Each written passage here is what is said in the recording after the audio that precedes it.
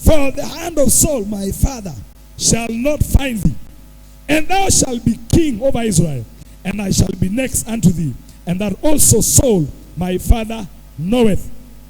And they too made a covenant before the Lord, and David abode in the wood, and Jonathan went to his house. Hapa Daudi ametoroka, Jonathan anamtafuta. Hapo nyuma ukisoma kuna city ambayo David alikuwepo.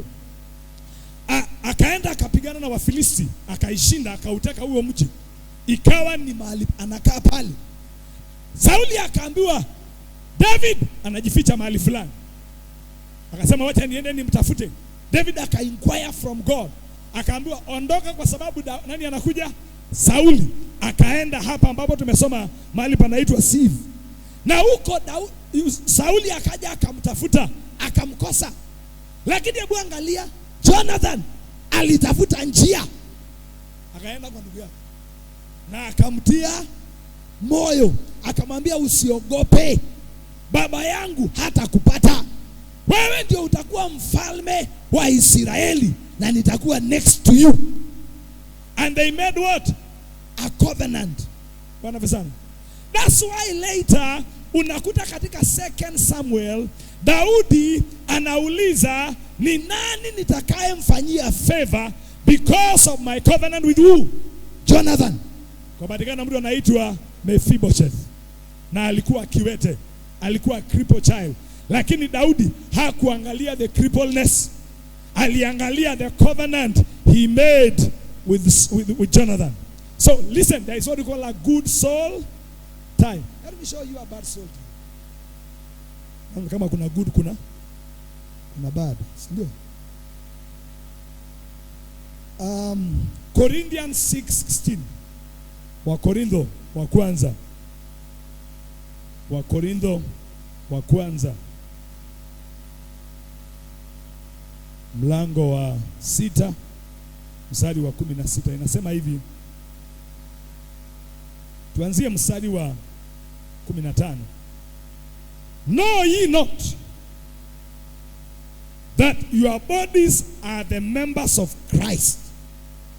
Shall I take the members of Christ and make them the members of a harlot? God forbid. Somebody say amen. God forbid. What? Know you not that he which is joined together, joined to an harlot, is one body? For two, said he, shall be one flesh. But he that is joined unto the Lord is one spirit. So niseme hivi, hapa Biblia inatuambia kuhusu a soul tie between a man and a prostitute. Amen. Ya kwamba hawa watu wakiunganika pamoja, kwa ulimwengu wa mwili sisi tunaona ni kitendo. Lakini vizuri uelewe, sexual activities sio kitendo tu. Kizazi chetu hiki, in fact, kama kuna kitu kiko very easily available these days, ni kama sweet, ni sex. Iko very well available, iko cheap. Lakini watu hawajui madhara ya sexual immorality. Hicho kitendo cha dakika 5, cha dakika 10 kinakuunganisha na moyo na nafsi ya mtu. Amen. Mnakuwa? Lakini sikiza, kwa nini Biblia inasema mtu akitenda usherati ama sexual immorality, he is sinning against himself? Not even God. He is sinning against? Why? Let me show you. Anytime you join with a man or a woman who is not your wife, kuna activity inaendelea kwenye ulimwengu wa kiroho. Kuna watu wamekuwa invited wawe washuhuda. Amen. Bwana mfano. Haya. Kwa mfano, unapounganika na huyu mwanaume, I'm not saying you, but I'm just giving an example. Kwao kuna roho ya kifafa. Ukikutana na yeye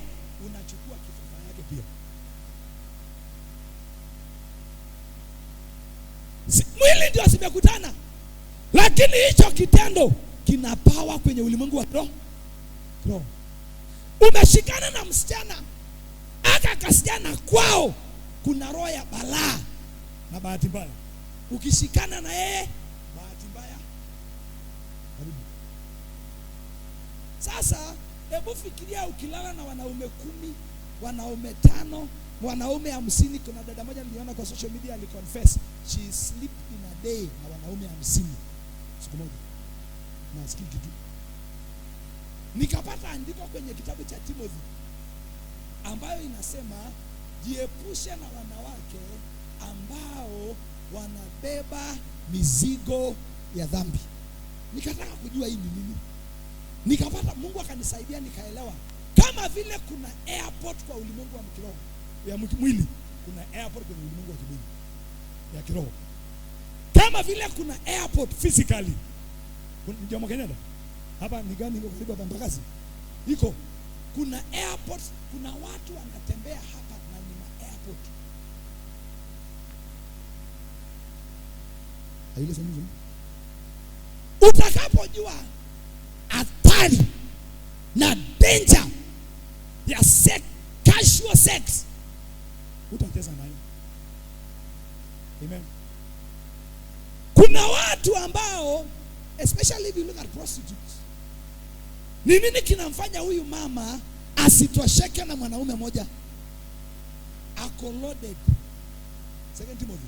Ako loaded with what? Sin. Sasa hiyo msukumo. Okay. What do we store in the airport? What do we store in the airport? Airport kuna gonga na nini? Ni mahali ndege uland. Sio? Sasa kuna airport za kiroho ni watu. Sasa kwako shetani akitaka kuleta kaugonjwa anaweka kwako akisambaza. Akitaka kuleta balaa analandisha kwako anasambaza. Sasa wewe umekuta kazuri, kanaongea vizuri, ndugu mzuri, lakini ni airport. Kila dada anayempitia balaa. Na kuna wanaume, mseme hivyo wanaume, everyone. Kuna watu unaweza lala just one night encounter na balaa yako ya maisha yako yanza. Just one night. Au kwa hata ulikutana na kakunja mjicho ukakubali. Ukitoka hapo kisirani zote zinakuandama. Kwa sababu ni kitendo cha mwili, lakini ni mmeunganisha nini? Wacha nikuonyeshe. Saidia wanaume watatu. Wanaume watatu. Mwenye video pale wenda ni vizuri tuchukue hii, maana ni ya muhimu. Wanaume watatu simama. Ama wanne hata watano mkinipatia. Sawa, nashukuru. Ni vizuri tujue kitu kinaitwa salt and nini. Hapo tukasema. Ni hao tu, sinipatie wanne. Mwingine tu joto, aidha na lady. Anyone who can unajua nitakuwa vizuri nikishika wanaume. Amen. Mwingine. Can I show you how a salt tie works? How a salt tie works. So, in your first encounter, unakutana na huyu. Amen. Mkawa na one stand. Siku hizi wanaita one. Sasa ka stand. Nika kidogo tu. Nishike hapo. Ni one stand. Nikamwacha. Si nimemwacha kwao. Kwa kimwili ako kwao. Kiroho ako pamoja na mimi. Twende. Nikaja hapa nikapata one night stand. Shika hapa. Si ni one night stand. Na nikamwacha pia naye wapi? Kwao. Nikasunguka nikapata huyu. One night stand. Nikaja nikapata huyu mwingine. Huyu ako sawa kwanza na ako na pesa. Hallelujah. Onekana ni mtu mzuri. One night, some several months. So everywhere I go, I carry them. Everywhere. Huyu kwao kuna shida ya kifafa, naibeba. Huku kwao kuna shida ya madeni chungu mzima, nabeba. Huku kwao hawaoi, nimebeba. Huyu kwao they never ascend to leadership and power. Hii yote nabeba kila mahali naenda. Train. Uliza jirani, Bwana asifiwe. Train gani iko nyuma? Na ndio maana simama songe tusubiri. Na ndio maana pastors, kuna watu hata uchukue muda gani kuwaombea ni ngumu, kwa sababu they are not alone, they are trained. Mimi naomba mmoja siateni nataka train. Unaona? Sasa hawa ni watano, tuko hapa watano, fikiria 50. Fikiria 20. Na huyu naye, ngoja kidogo, nipatie watu wengine wawili watatu, nipatie hawa kati. Yes, and just come. Thank you. Kuja. Naye huyu unajua sikukuwa na yeye peke yake. Si hayuko na mimi tu, amekuwa na huyu. Kamata yeye. Kamata yeye. Naye huyu hayuko na yeye peke yake, kamata huyu. Now, sasa angalia hiyo web. Watu wengine kwa maisha ni kama cobweb. Ni kama so kitambo uniombee toka. Hizi kamba utachukua muda kuzikata. Kama say salt. Evil, and this is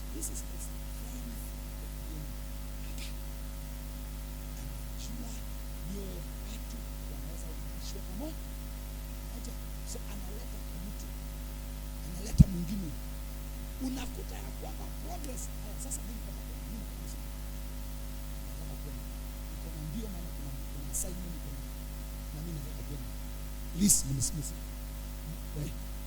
Nyinyi msiende, mimi ndio naenda.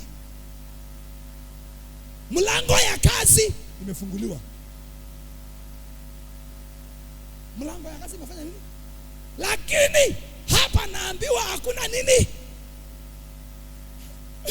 Naomba nafunga, naomba niachiliwe. Hakuna kuachiliwa. Nimesikia, nimepata kadada huyu nimekapenda, nataka kuoa. Lakini hapa kuna watu wanasema kwetu hakuna kufanya nini? Kuoa. Utaenda mahali?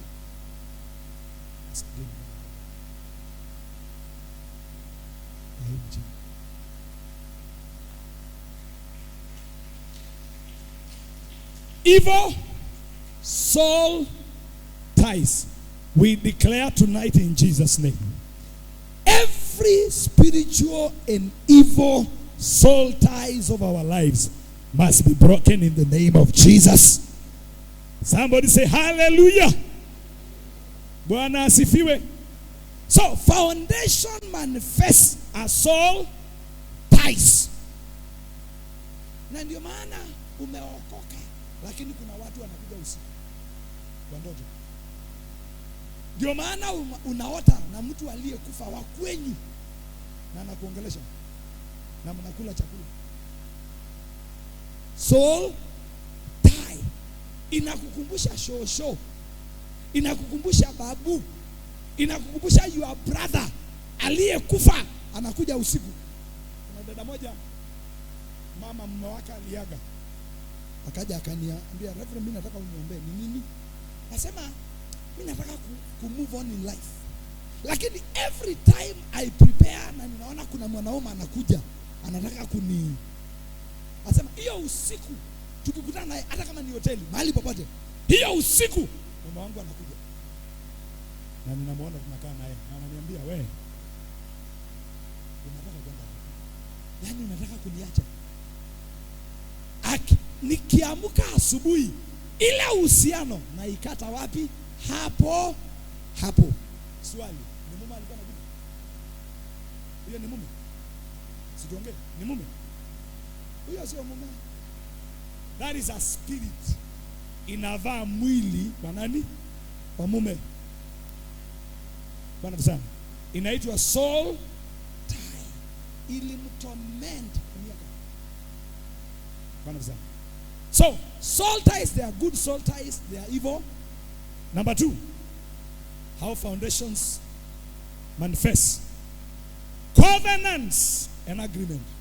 Covenants and agreements. Tumeona mahali Jonathan na David walifanya a covenant. Simuliona hiyo? An agreement is made between 2 or more people or partners, bound together by an evil power and monitored by spirits. Wangapi mmeenda kwa wakili kusaini kitu? Mmeenda? What do you take? Ukienda kwa wakili kuna agreement mnaandika, ndio? Sema tumeuziana shamba. Tunafanya nini? Tuna sign kwamba mimi na yeye amenunua plot yangu ama yeye amenunua plot, tumeuziana. Lawyer anakuwa pale kama nini, kupeana kinaitwa ana sign pia on our behalf. Lakini anatuuliza mna witnesses? Mna? Sasa nisikize vizuri. Kwa ulimwengu wa kiroho, a lawyer ana act as an evil spirit. Amen. Na kazi yake hizi evil spirit ni kumonitor, kuhakikisha hiyo covenant na hiyo agreement imekuwa effected to the law. So, foundations manifest themselves through covenants and agreements. That's why you must break every evil agreement, every evil covenant. Amen. Maagano zingine sio sisi tumeweka, zingine ziliwekwa na baba zetu. There's a scripture, Pastor Catherine, I think if you can check for me. I don't know whether I'll be able to get it. Yes, iko kwenye Isaiah, inasema kwamba we have made a covenant with death. Tumefanya agano na nini? Na mauti. I think iko kwenye Isaiah. Let me check whether I'll be able to get it. So, wow. We have made a covenant. A covenant. Whether I'll be able to get that. With death, yes. Isaiah 28. Isaiah 28. Verses number 15. Mtu anisomee kama umepata mbele yangu. Isaiah 28 verses number 15. Inasema hivi.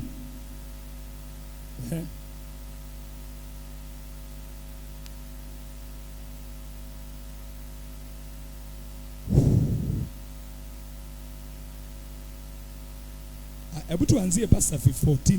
Tuanzie 14. Ama 13. Nasema by the word of the Lord. Hapo tuanzie 13. By the word of the Lord.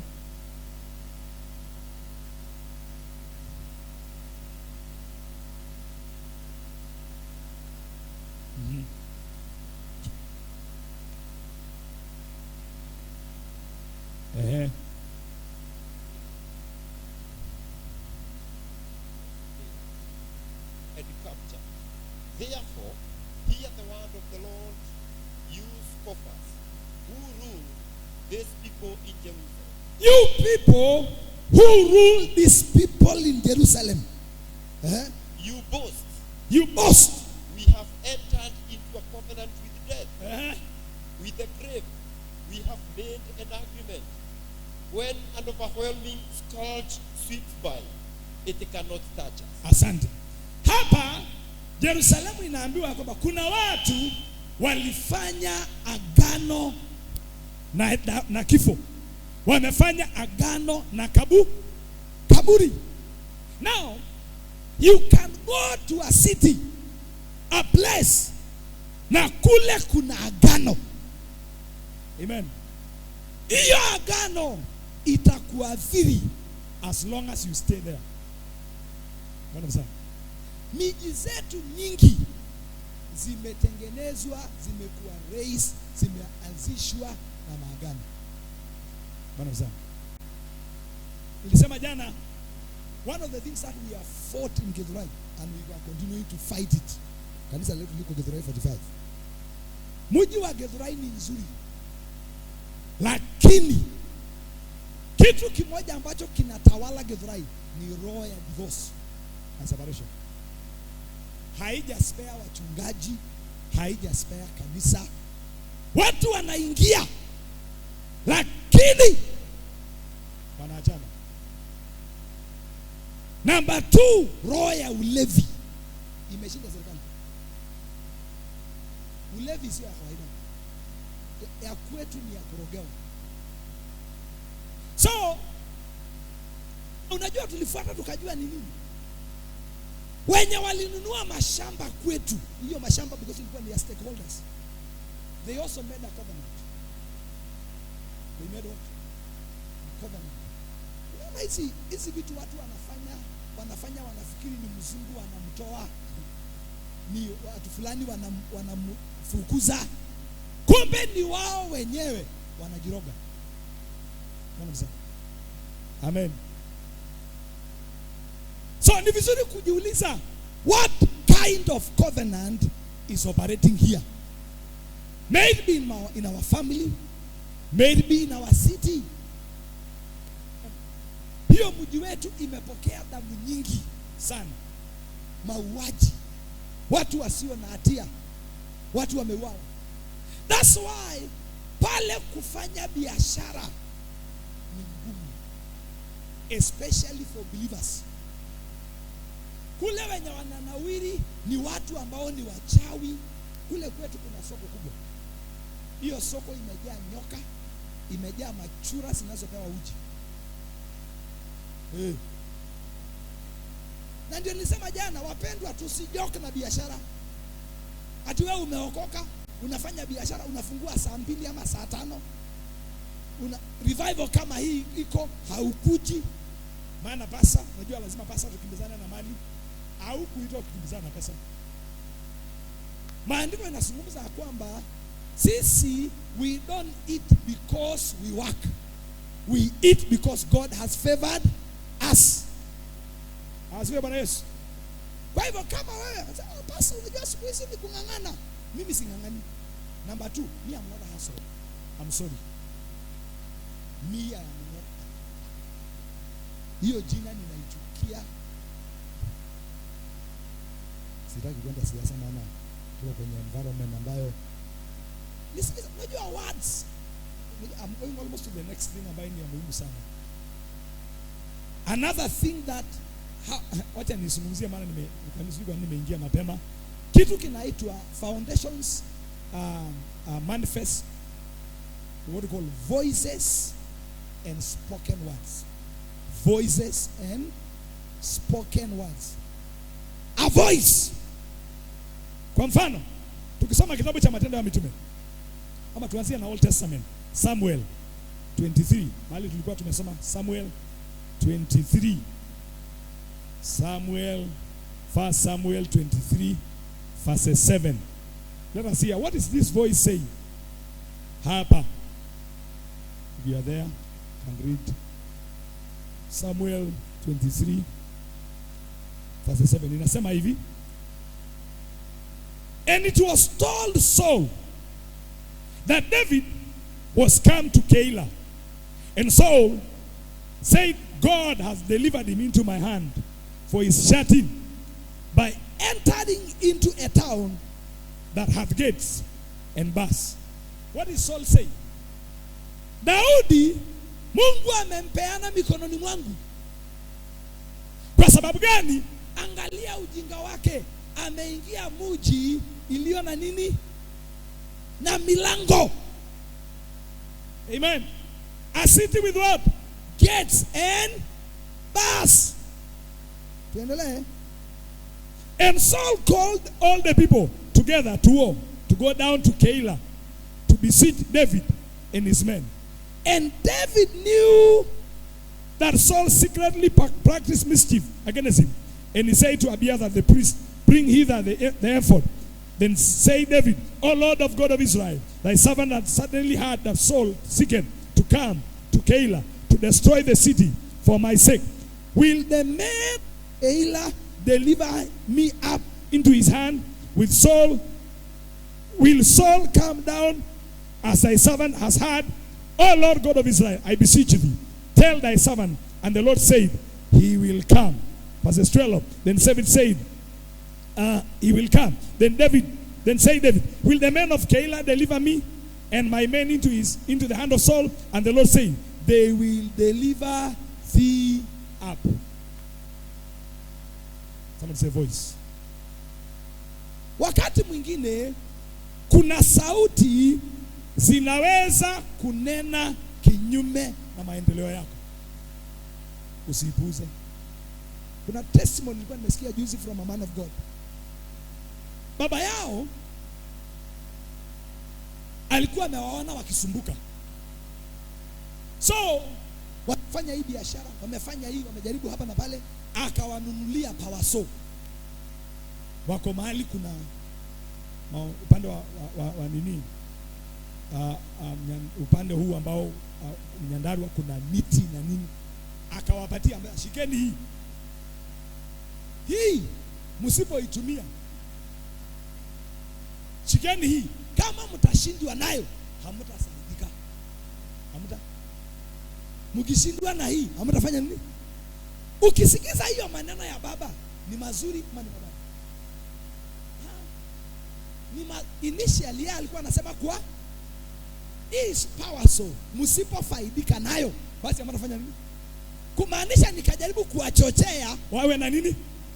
Na ni ukweli hawakufaidika. Yalitoka kwa kinywa cha nani? Cha baba. Ni wazazi wangapi wamelaani watoto wao? Shika hii. Kama hutajisaidia, sijui utasaidia wapi? Wewe unasema kwa uzuri, lakini kwa ukweli is a voice. The enemy anatafuta. Wangapi wetu tulio hapa tulitamkiwa maneno, na leo kuna sauti inasema huyu hawezi enda mahali. Baba alisema hawezi enda. Msichana mmoja wa kwetu alikuwa anampenda Mungu sana, akaokoka, akawa ni very powerful minister, lakini baba yake alisema hawezi olewa, atakuwa kijana wangu, will be one of my sons. Ukiangalia yule msichana ni mwanaume, na baba alisema huyu atapewa urithi pamoja na vijana wangu, pamoja na wokovu na uzuri wake wa kumpenda Mungu. Kwa sababu gani? Baba alisema huyu atakuwa one of my sons, atapewa urithi katika hivyo. Baba, nauliza, what kind of voice is working against you? Now, let's look at Acts chapter number 22. There's a voice here. 22 verses 22. This is about, tutasoma very quickly, Acts 22:22, 1 Corinthians 4:10. Tusome kwa sababu ya muda, nione kama nitaweza malizia leo a bit mapema. Kesho ni Sunday. Acts 22:22. Inasema hivi. Hii ni mambo. And they gave him audience. This word. And then lifted up their voices and said, away with such a fellow from the earth, for it is not fit that he should live. Huyu ni Saul. Paul anatamkiwa maneno. Amepelekwa kwenye koti.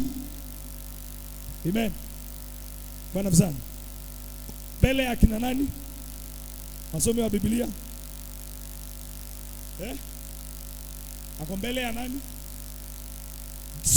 Saul ameshikwa. Na kuna watu wameapa ya kwamba huyu mtu anatupotosha. Amen. Bwana mzani. So mkuu wa ile mji akasema hao watu, kwa sababu aliondolewa, Paul akawapatia audience. Alikuwa the captain of the command, alikuwa ni captain huyu.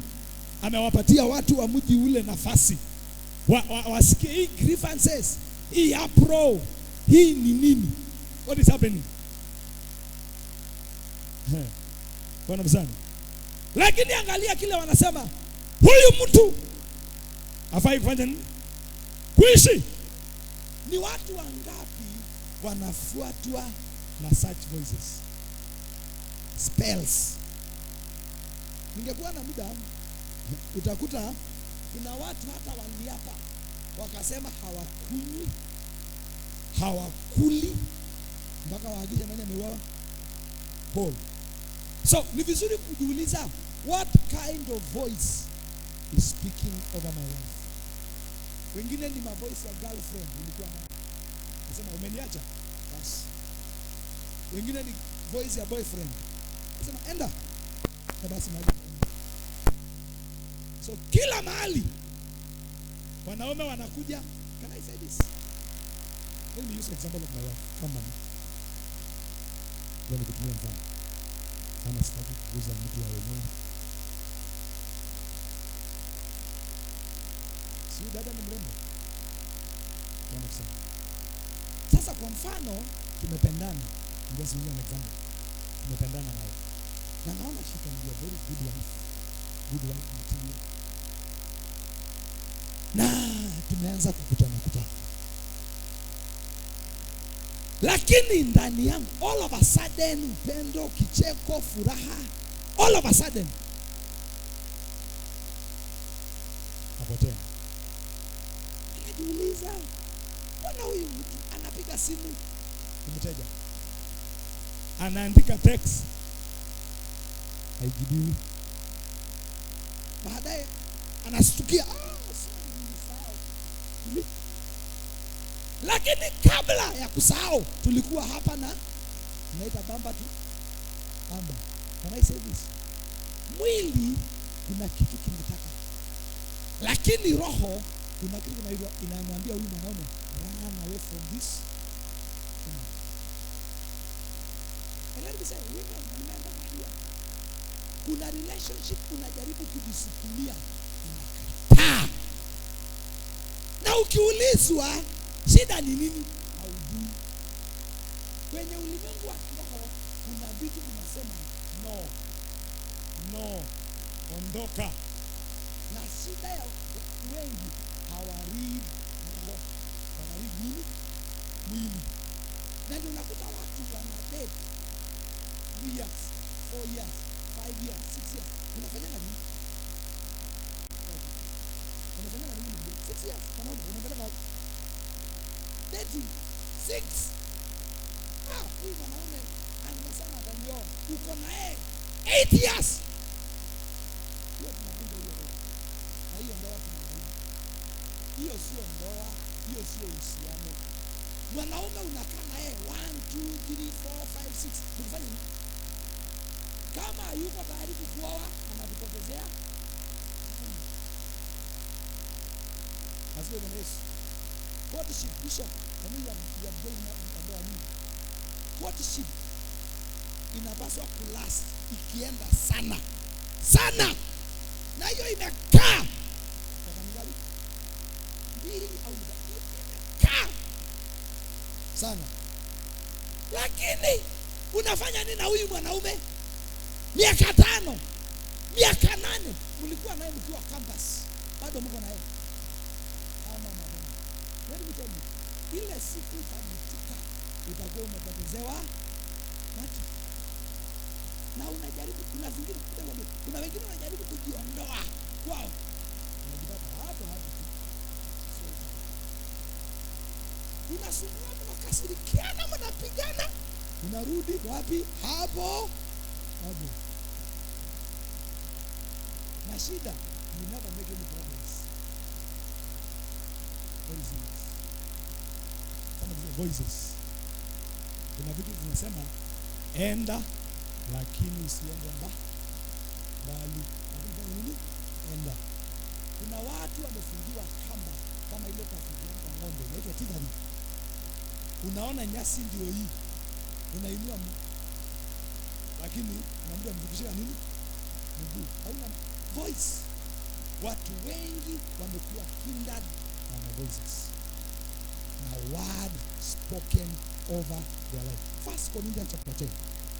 Nisome hiyo andiko. 1 Corinthians, sorry, chapter number 14 verses 10. 14:10, not 10, 14:10. 14:10. Uko hapo? Unasema hivi. 1 Corinthians chapter number 14 verses 10. There are, it may be, so many kind of voices in the world, and none of them is without significance. Kuna sauti nyingi na kila moja ina nini? Meaning yake. That's why words, we should never joke with words. Lakini hapa inaongea kuhusu voices. Saa hizi hii TV inaitwa Sky, wanapata signal maana wako hapa. Lakini wacha niseme hivi, inaitwa Sky TV. Hapa kuna voice ya KTN hapa. Hapa kuna voice ya Citizen hapa. Amen. Kuna voice ya Inoro hapa. Tukiweka the right frequency tutakamata. Swali ni sauti gani inaongea juu ya maisha yako? Bwana asifiwe. Ni sauti za kushindwa? Ni sauti za kutofanikiwa? Ni sauti. Kwa mfano kama mji wetu, kuna kitu moja tumekuja kujua maana kwa. Kanisa za mji wetu hazingeweza kupita watu 300. Mukifika kanisa inavunjika. Au kisirani tu kinatoka. Watu wanatoka. Kwa sababu kuna sauti inasema kiwango cha makanisa ya Njiro ni ngapi? 2. Na hivyo mkifika 200 mtajaribu. Hata mnajisikia you are a mega church. You are a mega, na mnaongea kuhusu wapendwa, kuja uone kanisa letu na mko ngapi? Na mkidhubutu kupita hapo, you mega church pa 100. Sidhani ni mongo. Wapendwa, tutafika mahali tulikuwa last time. Unafika ngapi? Unajisikia mko mega? Voice. Kuna watu ambao ni pesa, you can never handle certain amount of money. Unakuja, unafika 1,100 mda. Unajua pesa ni mzuri kwa mzuri. Ama ikiwa kwa account, hata unasikia you can control it. Lakini you can never go beyond there. Unaweka unangangana unaweka 1,100 pap. Kikitu kinatoka, unatoanga 5,000. Unarudi tena unatoa shilingi 1,000 ngapi? Kitambo ugundue. Hiyo nimejua na kwa mzangu. Reverend, mimi tunafika mahali tunaweka 400 ama half a million kwa familia yangu. Na tukasema hii pesa atuguzi. Leo nataka nikusaidie. Hiyo maneno wanachana mtoto. Kuza leo mimi jirani. Ongelesha jirani leo karibu. Bwana asifiwe. Wacha kusema hii pesa sifanyi nini? Kuza, kwani kazi ya pesa ni nini? Hii pesa sifanyi nini? Sikuzi. Wacha nikuambie, kuna kitu kitakuja, hiyo pesa na kitambo ukutuke. Na ni wewe ndio ujifu. Hii pesa sitakuza, nitanunua shamba. Inakungoja ufike hapo. Na unasema next month naenda kununua nini? Shamba. Unapigiwa simu nyumbani. Anti ni mgonjwa. Mama ni mgonjwa. Ako wapi? Kerogoya. Naongea Kerogoya mama ndio juzi. Ndio unakimbia. Bili ya hospitali. Unapiga hesabu. Acha niguze. Nitaijaza next month. Si ulisema siguzi? Si umeguza? Utaikula voice. Take care of the voices that follow your life. Say, Father, in Jesus' name. Every voice. Sema, kila sauti inayoninenea, kila sauti kinyume na maisha yangu, na inyamazisha kwa jina la Yesu. Amen. Bwana asifiwe sana. You must discover voices. Amen. Number 4, evil priesthood. Evil priesthood. Okay, very quickly. Samuel inaongea kuhusu the sons of Eli ama Eli, depending on Limo wako wa Kiingereza. Eli ama Eli.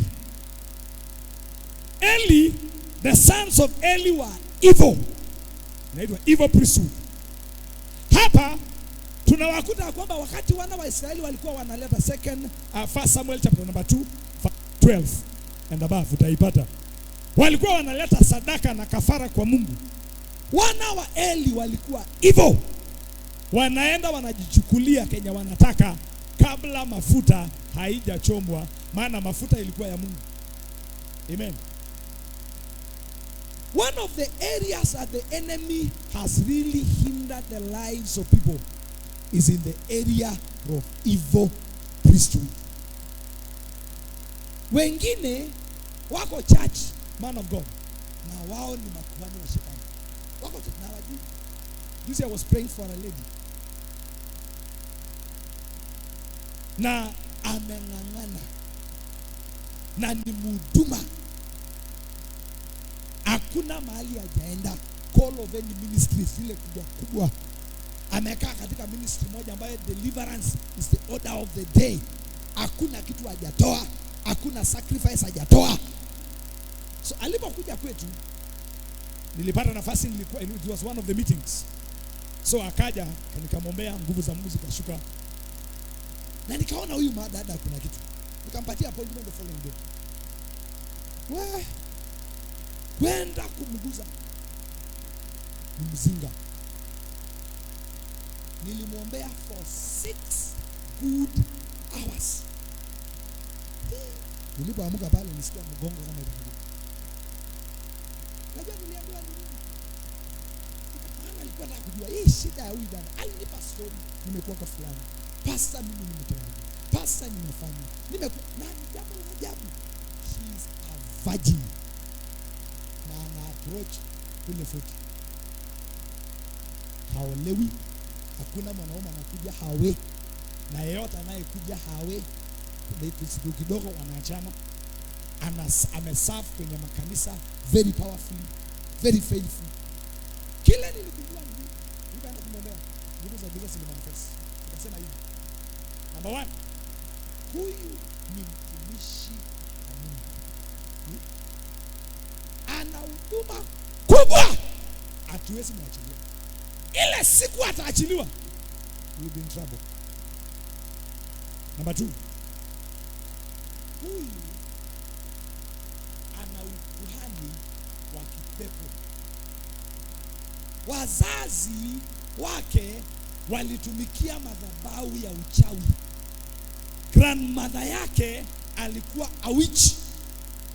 Na yeye ndio alikuwa online apewe nguvu za uganga na mawe ya uganga. Sasa Mungu anamtaka, hata sisi tunamtaka. Kwa hivyo kwa uwazi she is born again. Lakini kwa ulimwengu wa kiroho ni priest. kwa nani? Kwa wengine. Sasa hapo ndio ndio hapo kutenganisha mtu na ile priesthood. Nikafanya siku ya kwanza nikamwona, siku ya pili akaja. Maana niliona hiki kitu aishi. Nikaja nikapata story. What happened? Nikauliza hii priesthood mnamtaka awe mganga? How? Asema pastor, wewe hujui. This is what happened. Nikauliza kwao kulikuwa ni waganga? Asema hapana, grandmother yake ndiye alikuwa mganga. Mother yake. Kwa hivyo mama yake si mganga, baba yake si mganga. Lakini wazazi walienda kutafuta usaidizi wakati walikuta mambo hayaendi vizuri. They went to consult a witch doctor.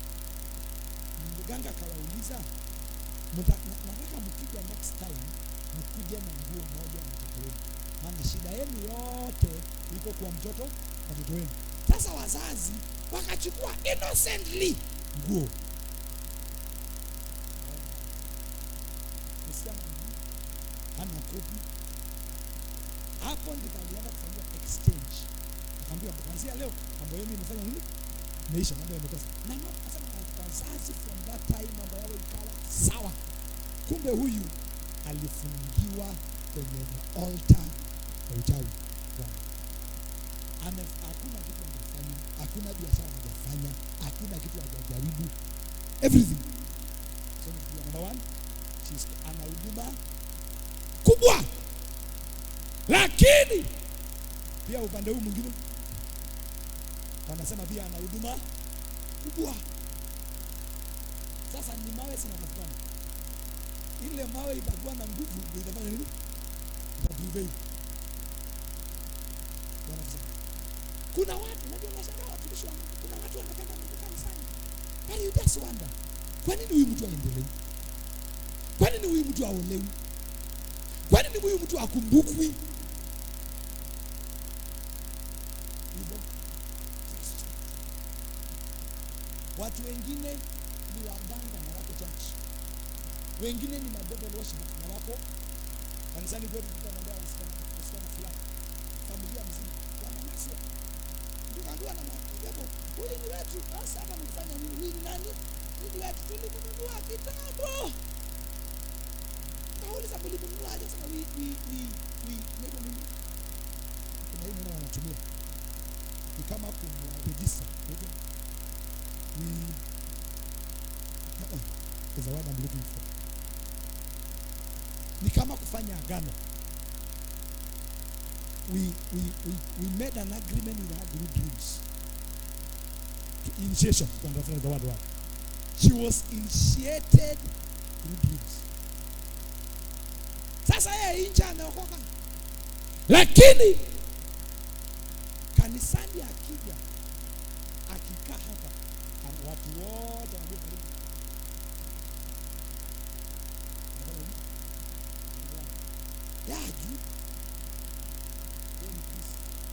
Ya ajui. Kwa hivyo akikaa tu, all of a sudden kila mtu anaanza kuombea pastor. Kumbe hiyo ndio ilikuwa kazi yake. Tuwasinisheke. Mwingine ameenda Saudi Arabia. Ameingia kwenye familia, wakaona hii familia inampenda wa ajabu. Wakampa viatu, wakampa bangles, wakampa chain, wakampa gold earrings. Nilizitoa magari kwa njia. Kumbe alipopewa, yeye aliona vitu, kumbe ni kifungo. Alipewa earrings ili akiingia kanisa asisikie anything. Ilikuwa mistake. Hiyo chain alikuwa ameivaa hapa, ilikuwa ni very good chain. Mikono alikuwa amevaa mabangili, hizo zilikuwa pini. Viatu alikuwa amevaa, ilikuwa ni kuhakikisha asiwahi kanyanga kanisani. Hata kuja kwetu nimejiza. Ni mshirika wetu alikuwa anafanya kazi mahali. Akawa yeye pia hapo anakuja hapo. Mwanza fulani. Akaanza kumfriend. Sema sikwenda kazi. Kanisa. Kanisa. Sasa siku moja huyu mama akamwambia, si unipeleke unaenda wapi kanisani? Wacha leo nisindikishe nifike kanisani. Akamsindikisha. Walipokuja walimkuta huyu mama. Ambia huyu au pastor wetu msalimie. Mama kwenda hata kumwangalia hivi. Hawezi kubali. Muangalia chini. So ni siku ya pili, ni siku ya kwanza, hiyo siku ya kwanza. Ya pili. Fellowship ya wamama. Sasa huyu mshirika wale akamwambia mama, huyu fulani muongeleshe mama. Sasa mama akaona anamwongelesha kuna msaidie. Sasa hapo mimi sina shida. Lakini nimekuwa hapati kazi ama kibali na mambo mengi. Mama tunaweza kumwona, tunaweza kuongana naye. Mama kwenda kumwambia mtumishi. Piga sikia. Kuna watu wanatembea na mimani. Sio hiyo. So, unajua kuna vitu ukigundua kwamba hii huwezi achana nayo. So, nasema baada ya she was not feeling well. Sasa singianza hii kazi na mimi sijisikii vizuri. Hapana. Ambia aenda. Akamwambia huyu unaweza kuja Jumapili. Sasa mama ananiuliza, simama kimtaangalia. Inabidi nikuja. Fellowship ya wamama tena ya Tuesday. Akaandamana na yule baba. Lakini alikuwa anaacha hawezi fika kanisani. Lakini kwa neema ya Mungu tu akafika. Uzuri hiyo siku moja. Akakutana na mama aliyeitwa kwanza. Kumwangalia mtu macho tu, kukutana na macho. Macho zinakaa kama goroni. Unajua mtu aliye na macho. Kwa urahisi akafunga macho haraka. Akajua hii. Nilipoenda kuuza hivi. Sijaiona hivi. Powerhouse. Lakini ukimwangalia from outside, very beautiful, very beautiful. Lakini alisema for the first time katika maisha yake ameingia church. Yeye alikuwa anaingia church by mistake. Akiingia church, the first thing ni kulala. Hata akitoka umuulize mhubiri alihubiri nini, ulisikia nini? Nothing. Maana alikuwa na ukiingia church nini? So nilipofunguliwa macho nikaona kwenye ulimwengu wa kiroho ni death.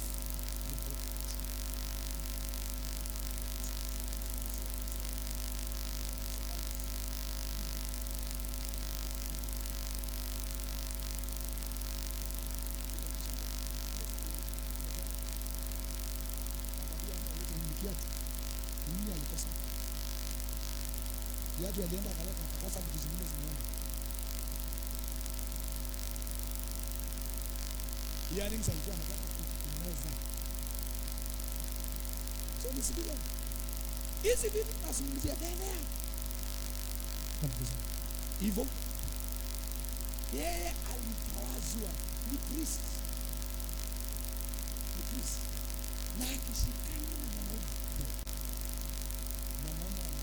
Yani last one. We'll pick from there tomorrow in the grace of God. Evil altars and sacrifices.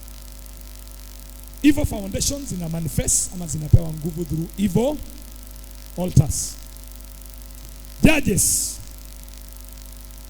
Wacha niongee kuhusu ya Numbers chapter number 23. Kuna huyu mtu anaitwa Balaam. Naba alikuwa hired 23. Mtu some very quickly. Sasa kama umepata unaweza kusoma 23 ninapomalizia. 23 Numbers verses 1. Inasema hivi. Balak alihaya mtu anaitwa Balaam. Na hii ndio sababu na akasema maneno haya. And Balaam said unto Balak, build me here 7 altars and prepare me here 7 oxen and 7 rams. And Balak did as Balaam had spoken, and Balak and Balaam offered every altar a bullock and a ram. Balaam alisema atengenezewe madhabahu ili aweze kulaani wana wa Israeli. Alisema atengenezewe madhabahu ngapi? 7, na kwa kila madhabahu sacrifice fanye nini? Itolewe. Number 1, the meaning of Balaam means stranger. Stranger. The meaning of Balak is devastator or an emptier. A person who empties you. Ni watu wangapi wamekuwa emptied? Watu wangapi wamekuwa devastated?